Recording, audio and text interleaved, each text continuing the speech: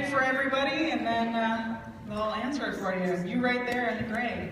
Love Lily Tomlin. Can you talk about casting a little bit? Loved Lily Tomlin. Let's talk a little about casting, if you would. Yeah, I loved her too. I got to do, she played a supporting role in a film I did called Admission with Tina Fey, where she played Tina Fey's mom. And so doing that, I hung out with her, and I was like, I just thought she was so kind of funny and edgy that I was like, I wanted to do a movie where, you know, I could pretty much have her in every scene and where I could put a lot of her edge into the character. I was a little bit worried if I sort of told her I was going to do it, if I told her I was going to write something for her, she might, you know, dissuade me from doing it. So I took her to lunch about a month after Admission came out, and I said, okay, I've got a script I've written for you. And she was a little freaked out. And then she asked sort of what budget I wanted to do it at, and then she got more freaked out. But sort of, you know, I wore her down. And then we sat for quite a while with the script, and she's really lovely and really funny, and I think added depth to pretty much everything. So that was the process. Okay, any other questions up in the balcony, anybody? I always want to make sure I don't ignore you guys. All right, down here. Yes, in the red.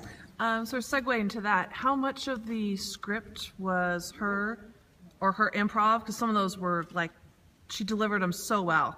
And seeing her stand up, it seems like that was very much Lily's abilities. So yeah. How can you talk about that? Because it sounds like you mentioned there was some collaborative process in there. The question was how much of it was improv or scripted. Once we got to the set, there wasn't a ton of improv because, you know, it was a 19-day shoot, and there wasn't. I mean, I always encourage actors to improv, especially after they've done what's in the script. But the thing was that I'd sat with her long enough, and you know, literally when I was writing it, I had her voice in my head. So it's almost like while she wasn't there with me, she was kind of writing the character.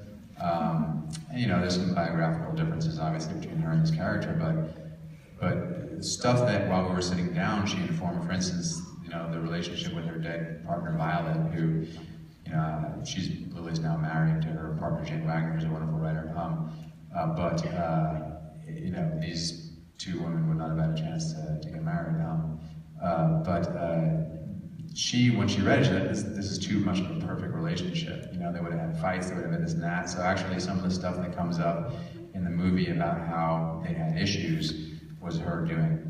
And then it was quite funny because initially when Lily read the script, she was like, there were two things. She was like, I don't understand the anger. She was like, why is this character so angry? And Lily, among other things, has a, you know, she doesn't suffer fools necessarily and speaks her mind and has a somewhat sizable temper. So I kind of looked at her and I said, really, Lily, you don't understand where the anger is?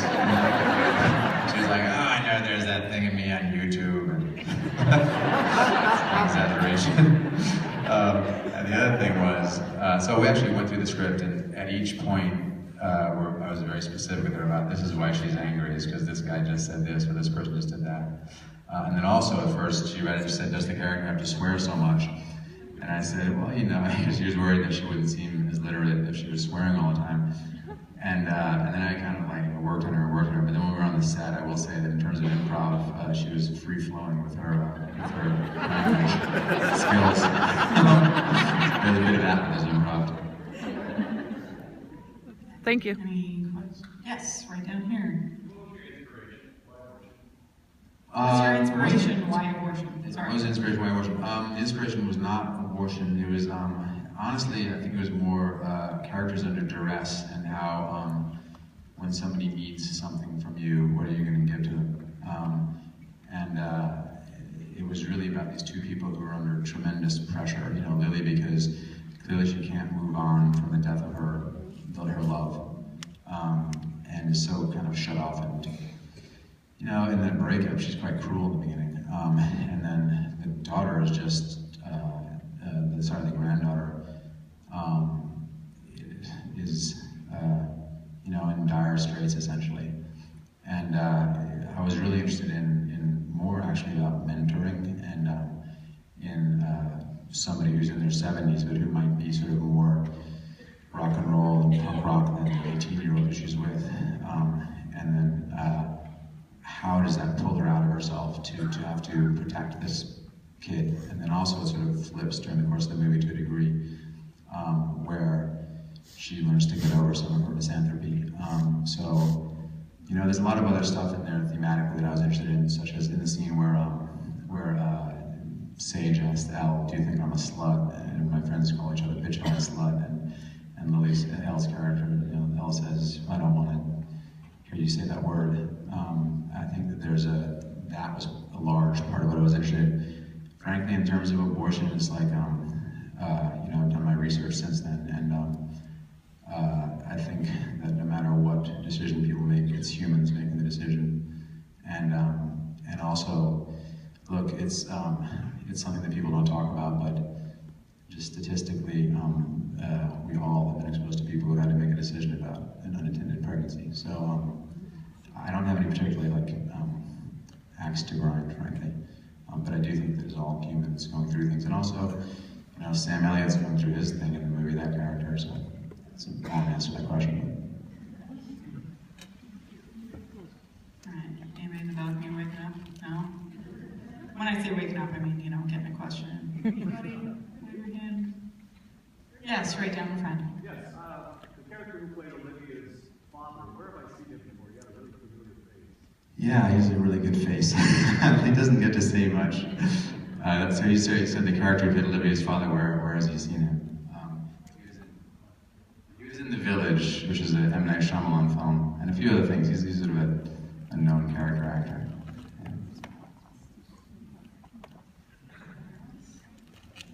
There's one in the back there. Way at the back. I was just wondering if you ever toyed with the idea of having a different ending?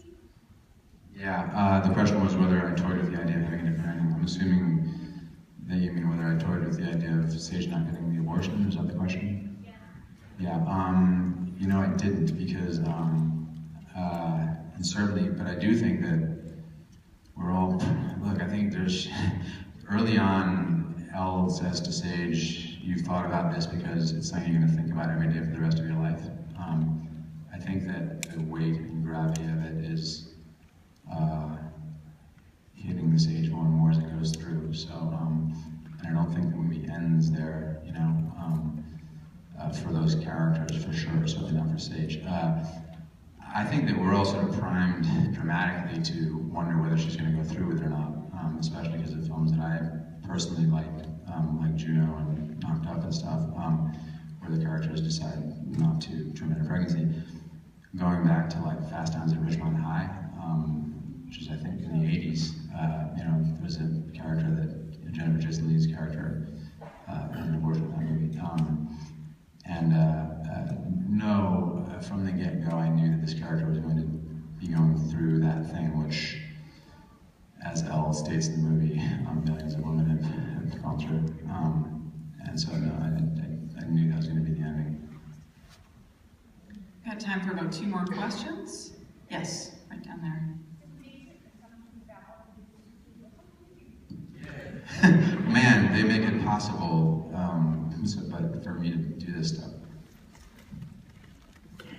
I always say that what a producer does is everything to allow the director to be able to deliver the movie that he wants, which is theoretically everything from when he creates the idea and writes it to all the way to us selling it and trying to help shape and market and get the movie out there. And I've always just felt my job is to help deliver whatever a director wants. And you know, we try every time to do our best.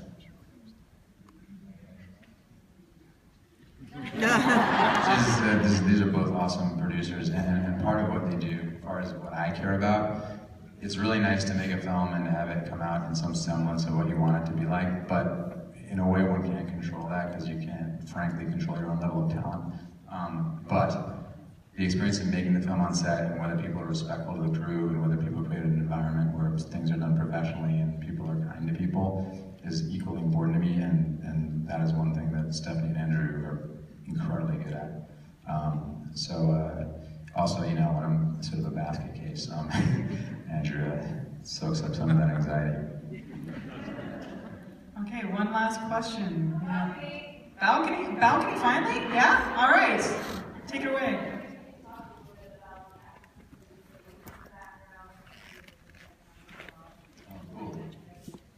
question was about the actress who plays Sage, whose name is Julia Garner. I've done, this is the 10th film I directed, and the other 9 were essentially studio films. So this is the first time I've done sort of a do-it-yourself type film. And I wanted to do it partly because I'd seen a bunch of films that I thought were really interesting, which were very, very low-budget films. Julia was in a film called Electric Children, which oddly, she's also pregnant in. But in that film, it's an immaculate conception. And the character thinks that she's gotten pregnant from listening to a rock song. And I was like, I really enjoyed the film, I thought it was true. But I was like, how can anybody pull that off without it being preposterous? But somehow Julia made it palatable. And so I talked with her, and also I showed her a picture of Lily. And Lily, just from looking at her, said, oh, that's the person we should do this with.